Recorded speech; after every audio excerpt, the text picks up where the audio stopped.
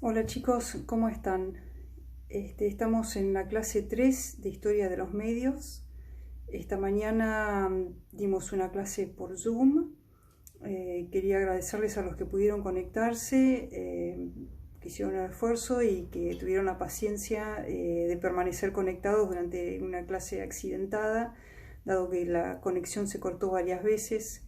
Todavía no tengo una buena conexión de internet. Y además la computadora que conseguí tampoco funcionó bien. Así que bueno, fue una clase accidentada, por eso que estamos grabando esta clase 3 para que los del turno noche también puedan tenerla, aunque no va a poder ser a través de Zoom. Hasta tanto no solucione del todo los problemas de conexión a internet que tengo en este momento.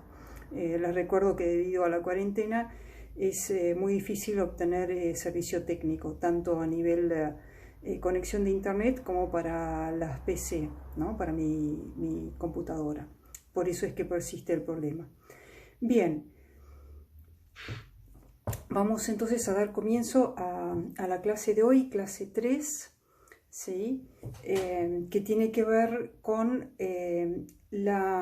lo que les dije esta mañana, el orden conservador, ¿sí? Es un periodo histórico que va de 1880 con la asunción de Roca hasta 1916, que es cuando asume Hipólito Yrigoyen y viene una nueva etapa histórica en nuestro país a partir de 1916, que son las primeras elecciones democráticas realizadas con la nueva ley electoral de 1912, la ley electoral Sáenz Peña, que va a habilitar la subida al gobierno de el Partido Radical, ¿sí? Con Hipólito Yrigoyen. Y de ahí vamos a tener otro periodo histórico llamado periodo de los gobiernos radicales, ¿sí?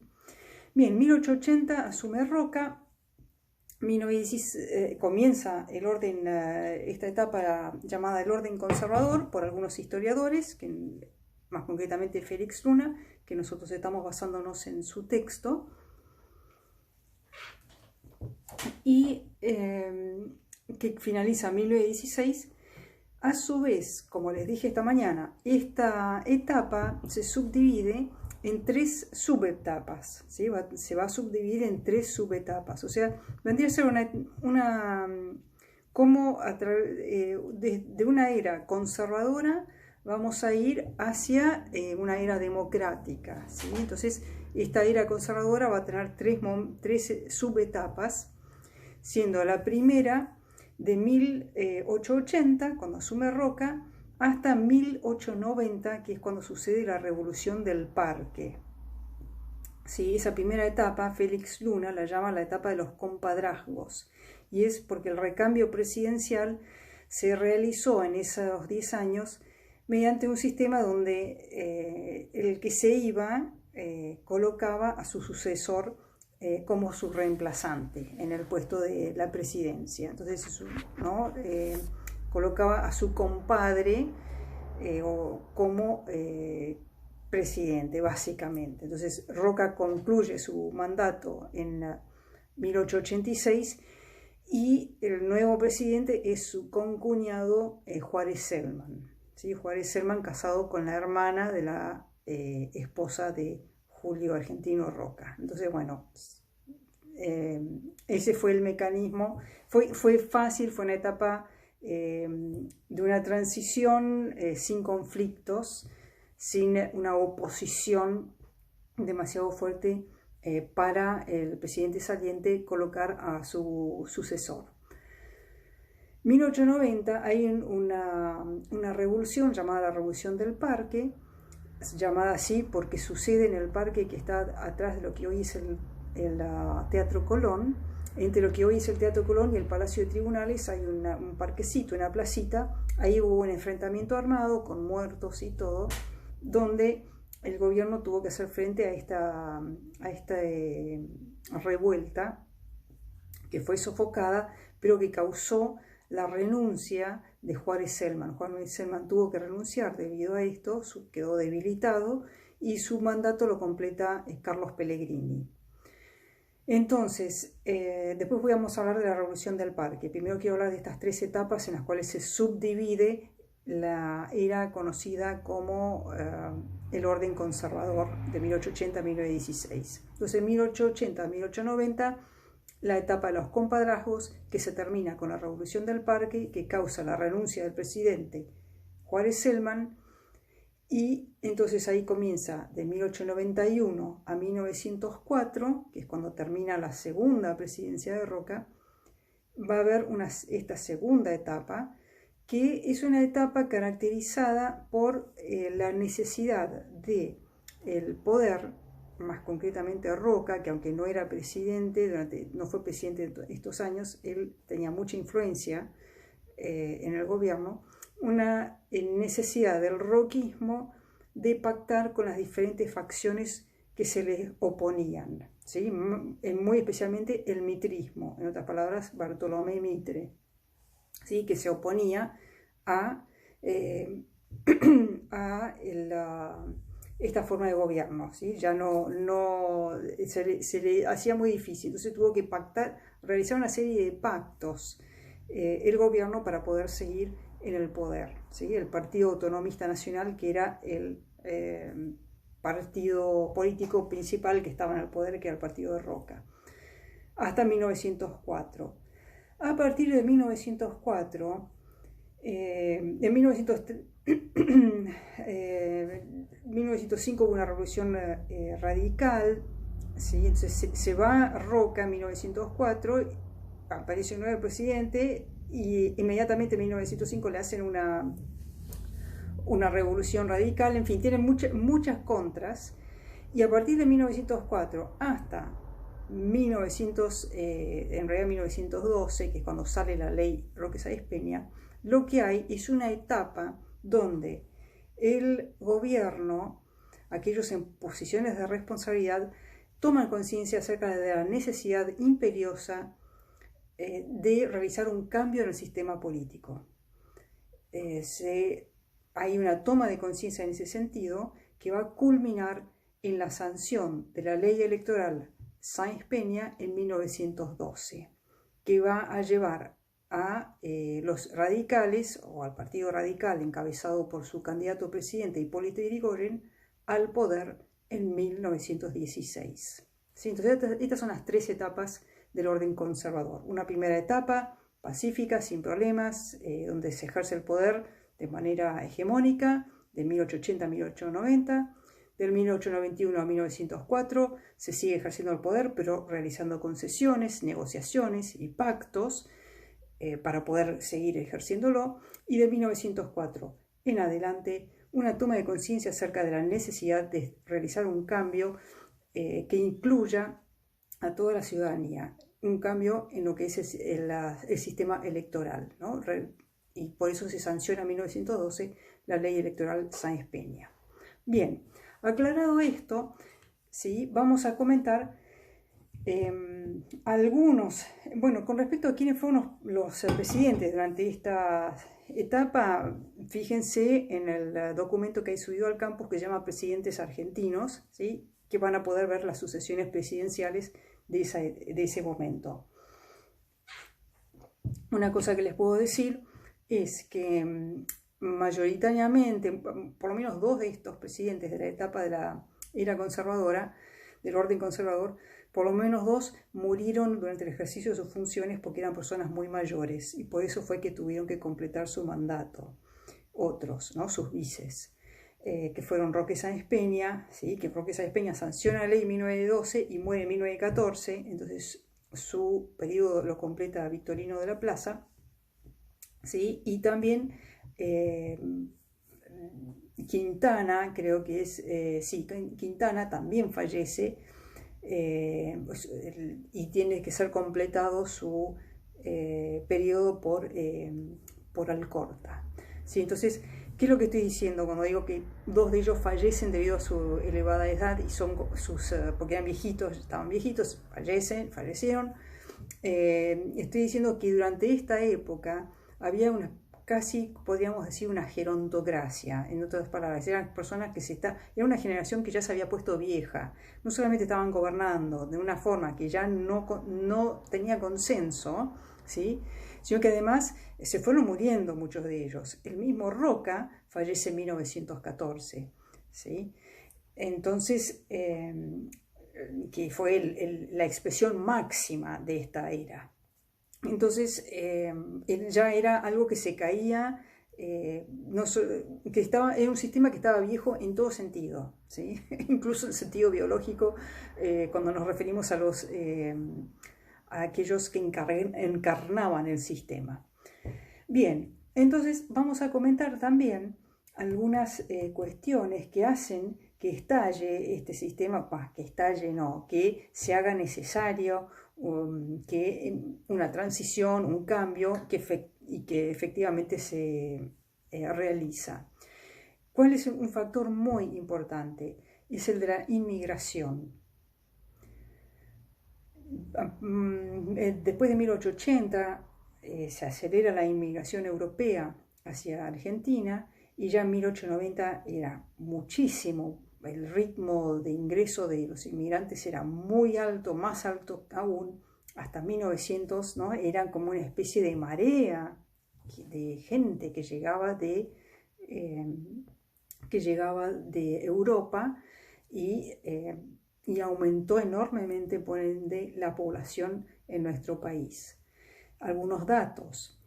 El censo de 1869 había 1,9 millones de habitantes en todo el país, 180.000 en Buenos Aires, muchos extranjeros.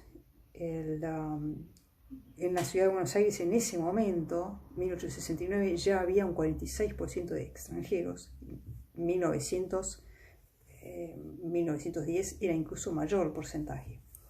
En 1914, la población era de 7,8 millones en todo el país. Y Buenos Aires ya había pasado 1 millón o 2 millones, o sea, ya era una ciudad muy populosa.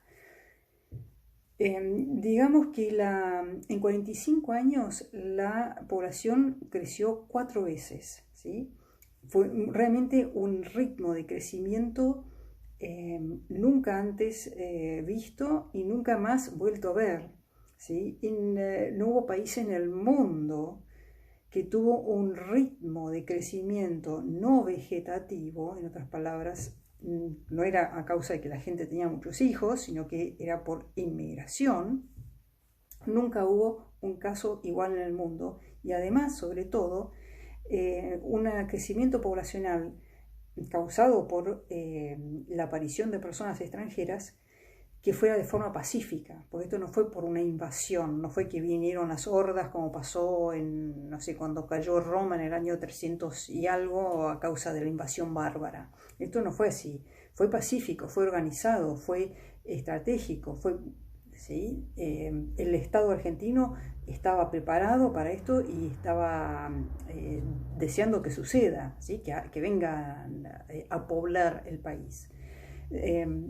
Nunca hubo un caso igual y que además la integración fue pacífica. Todas esas personas se integraron pacíficamente, se adaptaron, aprendieron el idioma, se hicieron argentinos, sus hijos se hicieron argentinos, ¿no? Fue una historia de éxito rotundo. Ahora, hubo por supuesto algunas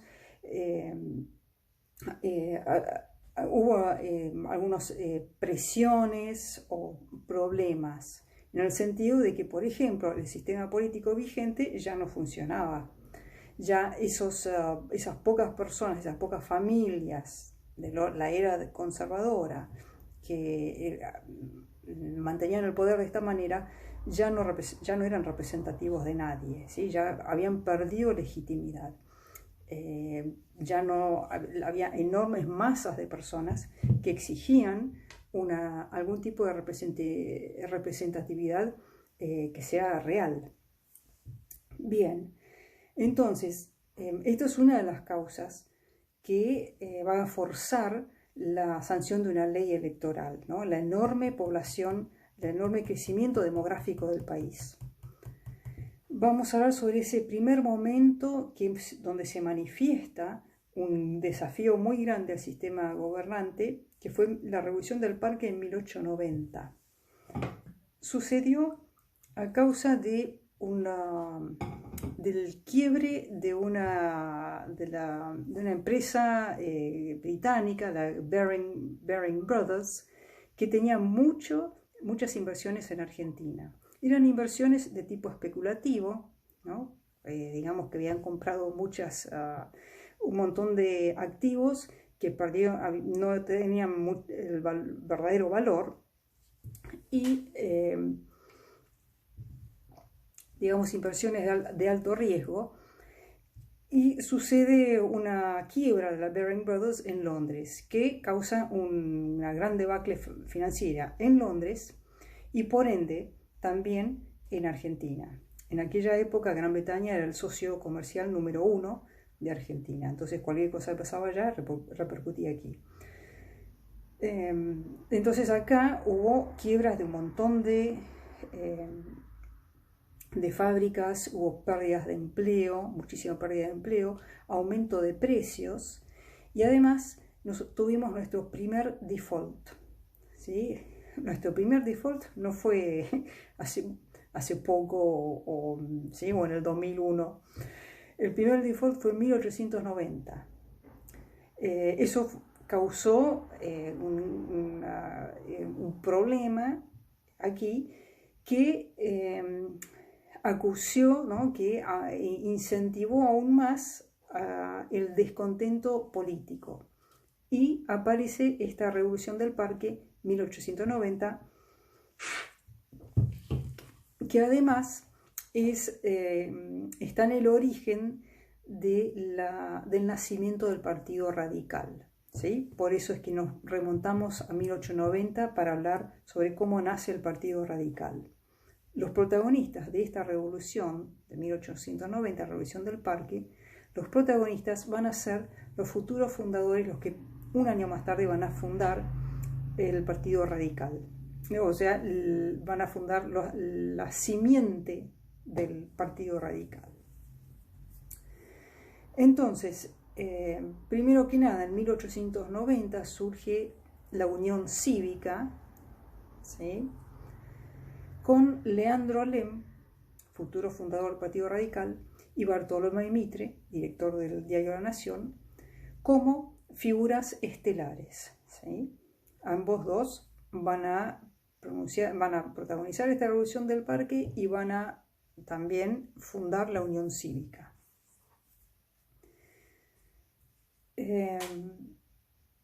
Esta unión cívica se propagó rápidamente en todo el país a través de clubes cívicos parroquiales y van a proclamar la fórmula presidencial Mitre-Bernardo de Irigoyen. Entonces van a quedar Mitre y Bernardo de Irigoyen como candidatos de esta flamante Unión Cívica, 1890. Esta agrupación se quiebra en 1891 porque Roca le ofrece a Mitre un puesto en el gobierno. Entonces, de esta manera se quiebra la Unión Cívica. Y en 1891, Leandro Alem va a fundar la Unión Cívica Radical. En otras palabras, vamos a recapitular lo que sucede. Se le ofrecen un puesto en el gobierno a Mitre y entonces se divide la Unión Cívica en una Unión Cívica Nacional con Mitre por un lado y Unión Cívica Radical con Leandro Alem por el otro, 1891. Entonces, 1891, nacimiento oficial de la Unión Cívica Radical, ¿sí? Con su fundador, Leandro Alem, ¿sí? Mitre queda fuera, es cooptado por el gobierno nacional. La Unión Cívica Radical sufriría nuevas divisiones, ¿sí? Se volvería a dividir, esta vez entre Leandro Alem y su sobrino Hipólito Yrigoyen, no Bernardo, que es otro Yrigoyen que no tiene nada que ver, sino que el sobrino de Alem, Hipólito Yrigoyen. Entonces, la Unión Cívica Radical se divide y además empiezan a protagonizar revueltas contra el gobierno. Hubo una revolución importante en 1893 que fracasa, y en 1896 Leandro Alem se suicida, ¿sí? Debido a la cantidad de divisiones y fracasos. Primero se pelea con Mitre, después con su sobrino Hipólito Yrigoyen. Las revoluciones radicales fracasaban, el gobierno siempre las lograba sofocarlas, y queda Bernardo Yrigoyen a cargo del comité central, pero siguen las peleas dentro de la Unión Cívica Radical. Lisandro de la Torre, uno de sus dirigentes más importantes, se va y forma su propio partido, el Partido Demócrata Progresista, que va a ser muy fuerte en Santa Fe. Bernardo Yrigoyen en 1898 se va, Bernardo de Yrigoyen se va porque también es cooptado por el gobierno nacional, le ofrecen la gobernación de la provincia de Buenos Aires, y entonces queda Hipólito Yrigoyen, no emparentado con Bernardo. Hipólito Yrigoyen, el sobrino de Leandro Alem, que se había suicidado en el 96, queda Hipólito Yrigoyen a cargo del Partido Radical. Hipólito Yrigoyen va a continuar dirigiendo el Partido Radical hasta finalmente ser ungido presidente en 1916. En el camino hubo revueltas, revoluciones, que no llegaban nunca a triunfar, pero que le restaban legitimidad al gobierno conservador de entonces, estas revoluciones protagonizadas por los radicales, por el Partido Radical. Bien, como ven, tanto el nacimiento como los primeros tiempos del Partido Radical fueron inestables, ¿sí? De entrada perdieron figuras importantes como Bartolomé Mitre, como Bernardo de Yrigoyen, que se va directamente a la gobernación de la provincia de Buenos Aires, como Lisandro de la Torre, figura muy fuerte, que va y se funda su propio partido, el Partido Demócrata Progresista, ¿sí? Sin embargo, a pesar de eso, continúa siempre el legado de Alem, ¿sí? en la figura de Hipólito Yrigoyen, que va a llevar al partido a su máxima expresión cuando ganan las elecciones presidenciales en el 16. ¿Cuál es la estrategia del Partido Radical durante este tiempo? Además de las revoluciones que nunca triunfaron, pero que restaron legitimidad al gobierno conservador. Sus estrategias eran no formar alianzas con nadie, nunca formar alianzas con nadie, siempre iban solos en la suya, no formaban alianzas ni con los socialistas, ni con ninguna línea disidente de los conservadores, siempre no formaban alianzas con nadie. Y además, cuando había elecciones, recordemos, elecciones fraudulentas o elecciones ya amañadas, cuando había elecciones, ellos se abstenían, mandaban a decir a todos sus correligionarios: no concurran a los atrios a votar. No, y entonces las elecciones perdían legitimidad porque no aparecía nadie para votar. Aparecían los pocos, en fin, unos pocos que eran los seguidores del Partido Conservador, pero había una enorme cantidad de gente que después resultaron ser mayoría cuando vinieron las elecciones en el 16, que no asistían a las elecciones, y eso le quitaba legitimidad a cualquier resultado de las elecciones que se hicieran, a nivel municipal, a nivel legislativo o incluso presidencial. Bien, ¿qué otros actores políticos hubo en esta época? Además del Partido Radical, que tuvo toda esta importancia de la cual estamos hablando. Estaban también los socialistas y los anarquistas. Todos estos inmigrantes que vinieron, estos millones de inmigrantes que vinieron de Europa, traían su propia cultura política. Había entre ellos muchos socialistas, había muchos anarquistas y que trajeron su cultura política y bueno, y la practicaron aquí en Argentina también. Entonces, el Partido Socialista, por ejemplo, fundado por Juan B. Justo en 1896, va a fundar su diario La Vanguardia en 1894, 2 años antes. Entonces los socialistas tenían en Juan B. Justo su figura fundadora, que además más adelante sería un integrante de la Cámara Legislativa Nacional, ¿no? Y pasaría a integrar el poder legislativo.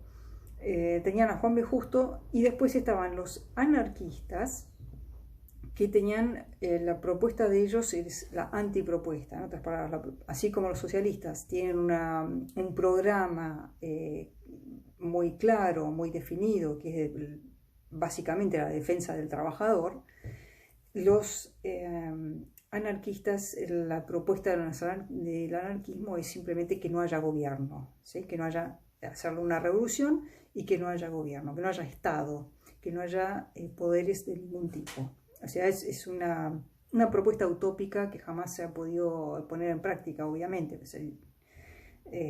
Pero bueno, esa era la propuesta anarquista. Y les repito, estas son propuestas políticas que vinieron de la mano de la inmigración europea. Mientras que el Partido Radical es una creación puramente autóctona, ¿sí?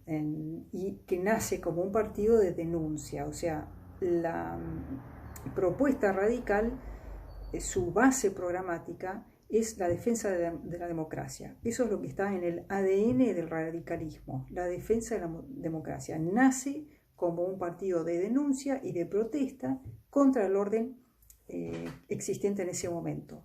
Más allá de eso, siempre se le ha criticado al radicalismo no tener un programa claro, por ejemplo, en lo económico. Esa es la gran crítica que se le ha hecho siempre. Bien, también es importante mencionar al sindicalismo, ¿sí?, de la época, ya que los trabajadores de aquella época eran más... simpatizaban más con el sindicalismo o eran más activos o más participativos dentro de ese espacio que dentro del espacio político. En parte porque eran inmigrantes, y al ser inmigrantes, o sea, no nativos, no iban a participar de la cosa política argentina, ni siquiera en 1916 podían participar mediante el voto, porque los inmigrantes estaban afuera. Pero como trabajadores, sean inmigrantes o no, sí podían acceder a la actividad sindical. Y además los sindicatos les ofrecían beneficios muy inmediatos, muy tangibles, ¿sí? Por ejemplo, un aumento X en el ingreso semanal de determinado sindicato, ¿sí? Los panaderos pedían aumentar de 10 pesos por semana a 12 pesos por semana y luchaban por eso y conseguían sus 2 pesos de aumento y veían los resultados de la lucha de sus jefes sindicales de forma inmediata, ¿sí? No es que tenían que votar a un partido, que el partido llegue al poder, al Congreso, y que desde el Congreso dicten leyes que después iban a ponerse en práctica. No. En la acción sindical los beneficios eran rápidos, inmediatos y tangibles. Y eso hacía que tengan mucho más movimiento, más participación por parte de los trabajadores a través de los sindicatos que a través del partido político, por ejemplo, socialista. De todas maneras, el Partido Socialista fue muy activo. Bien, quería comentarles, no puedo extenderme mucho más porque no puedo extenderme mucho más con el tiempo porque se va a cortar la grabación. Así que les voy a preparar otro video para hablarles del centenario y de la generación del centenario.